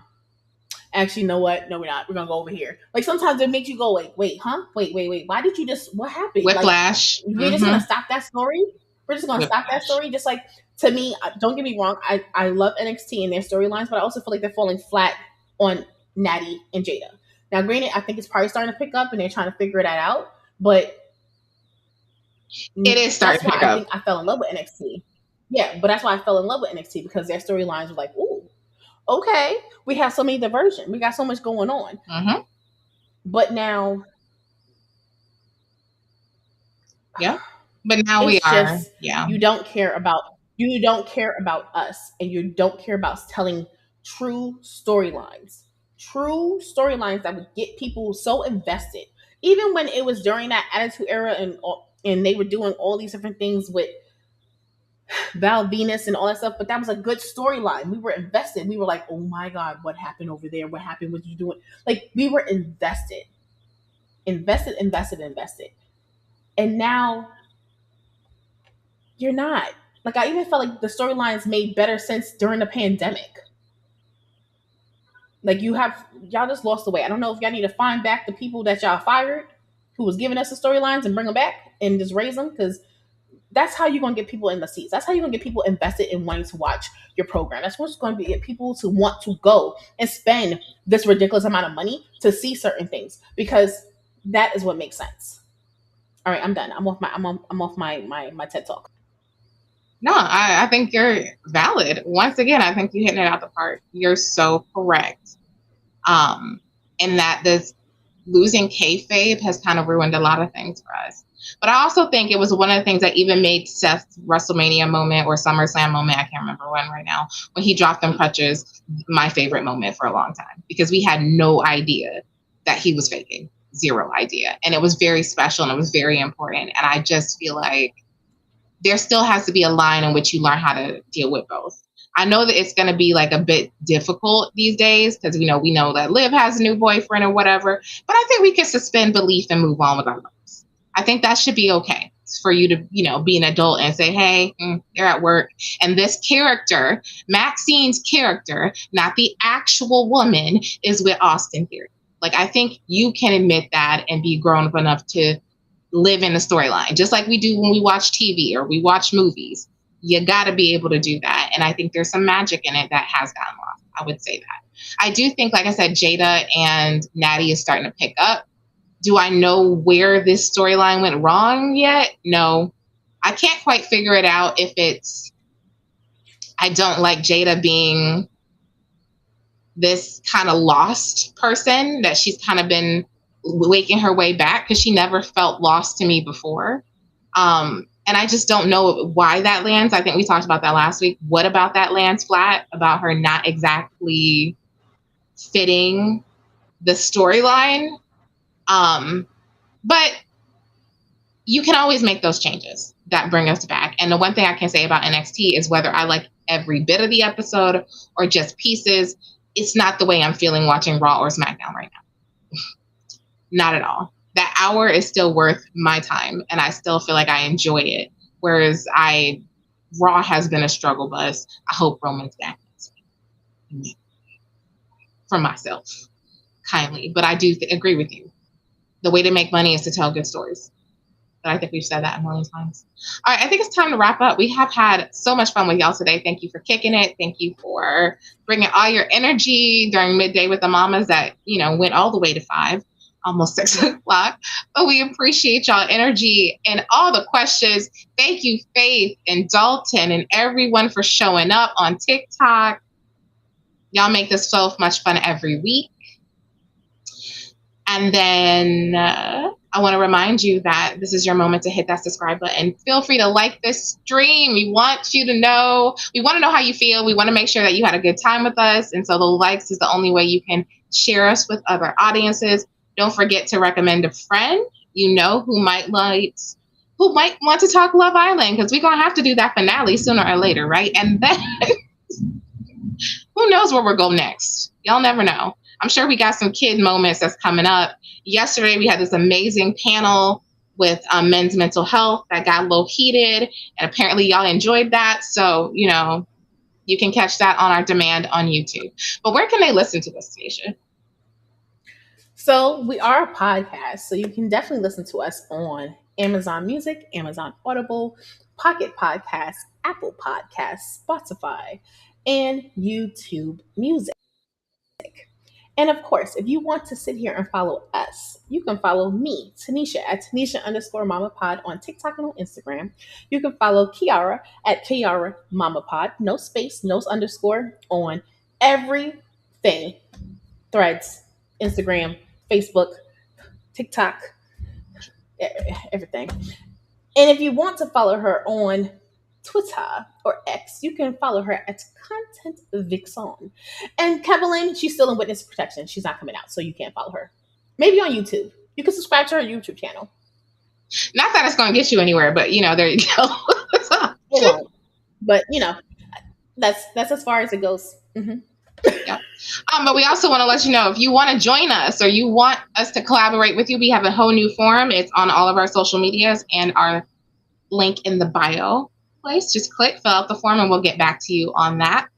And then, where can they follow us? Did you say everywhere or just us? Did you say everywhere they can follow us? Well, everywhere. Well, ultimately, everywhere. It's on the ticker. You can follow us on Facebook, Instagram, TikTok, Threads. We do have another channel that's just for reality or other things that are not wrestling, to try to separate the two, so you can actually get your things. But I forgot what that one's called. But it's definitely, just look at Main Event Mamas. You'll find us. We're there. We're in there. Also, you can join our squad on Facebook. You can join the Mama Squad. That's where you may get exclusive little things.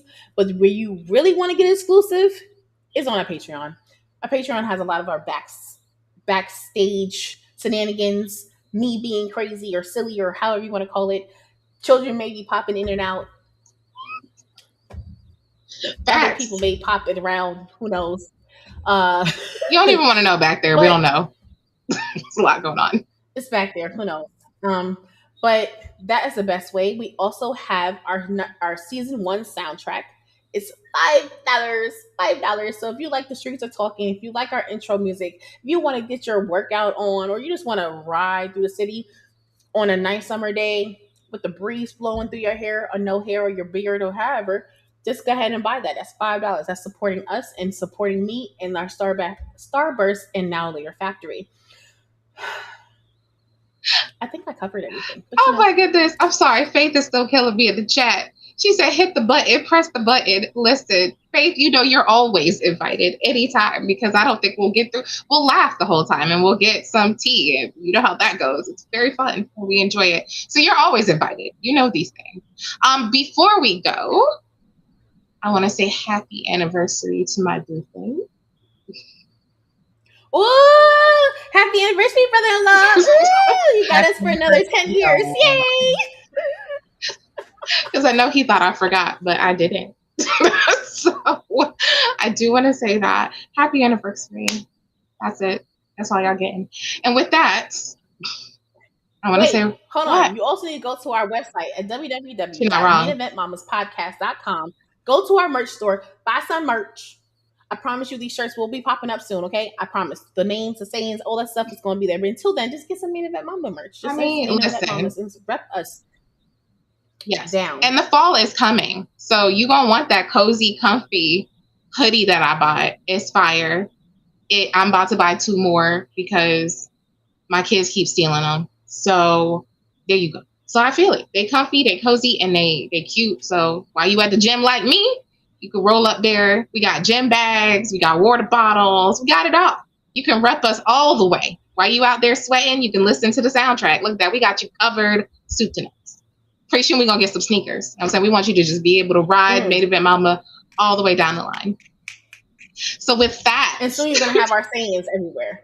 With that, yes, you're right. Go ahead. We are not new to this.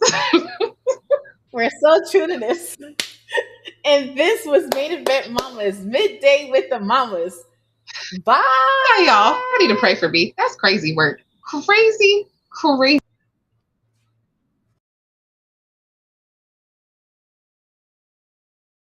Yeah, turn the mics up. Welcome to the inner circle.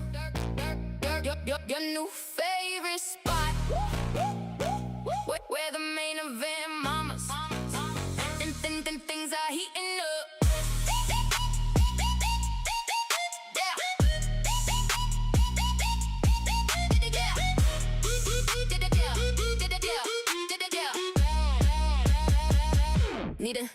Need a little pop culture, a breakdown of the screen. Or the